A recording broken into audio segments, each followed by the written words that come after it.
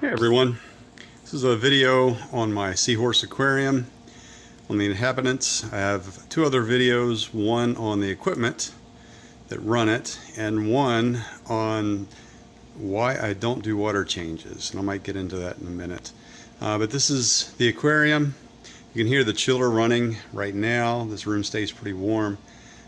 So it cuts on at about 71.5 degrees. It'll get down to just above 70, and that's the range that I maintain. See, starting from the left, you can see one of my gorgonians, some macroalgae, my feather duster worm. You can see one of the firefish swimming around. There's my sea urchin. Some assorted coral, another gorgonian. Diamond goby is swimming around in back. Probably didn't catch that. I have a wrasse. He's sticking his head out under that rock. He just popped back in. He's very shy. This is definitely the most colorful item that I have. That is my red feather starfish. Just absolutely brilliant. Coral's doing well. This is a relatively young tank, about 6 months old. Just added the seahorses about 2 or 3 weeks ago. The other fish I had added over time. It's my red starfish, some macroalgae that used to be very nice till the sea urchin destroyed it. And there's one of my seahorses, one of his favorite hitching posts. The 4 seahorses I have are hybrids. They're bred in Maryland, not too far from Ocean City.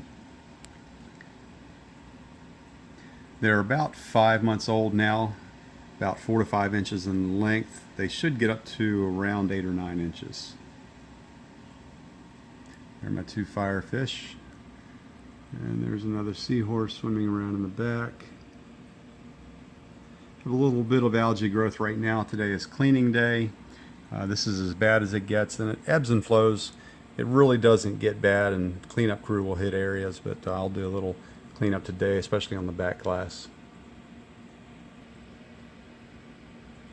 And to the right is the feeding station, but I got to put the mysis shrimp in it. The seahorses have trained to it very well. They like the hitching posts there. They'll actually look into the little holes down in the bottom as the shrimp come down, so they can pull them out. There's a seahorse there at the top, and another one in back. You can only kind of see the tail wrapped around. He's wrapped around the pump that runs the chiller. The return from the chiller is right there. The thermostat probe you can see in the back. Fed them a little while ago, so they're not real active right now, but they're amazing to watch. So this is the seahorse aquarium. There's my mandarin and my diamond goby.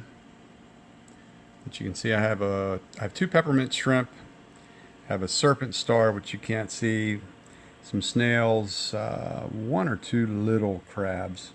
They're really my cleanup crew. I'm planning to add 2 more seahorses, and that should round out the tank.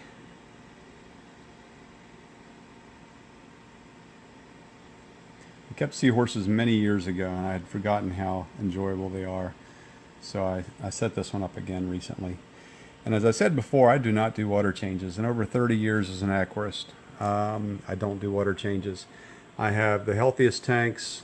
I never have water quality issues. My fish don't get sick. I rarely lose fish. They usually get so big that I have to find them a home in a bit larger aquarium or make another home for them. I've had fish reproduce. The water changes, actually my very first aquarium, I did everything that I was told, and I was constantly losing fish, and with all that work. And so I kind of started to lose interest, and within a year realized the less I messed with it, the better the fish did. And so I just quit doing water changes. I set up a good ecosystem. I make sure the filtration is adequate. I stock the tank well. I do not overstock my tanks. And I have no issues with nitrates, nitrites, phosphates, any of the 8s, ammonia, pH, you name it. I top off the water as it evaporates on a regular basis, so my salinity stays at or very, very near the range that it needs to be. I don't let the water get low.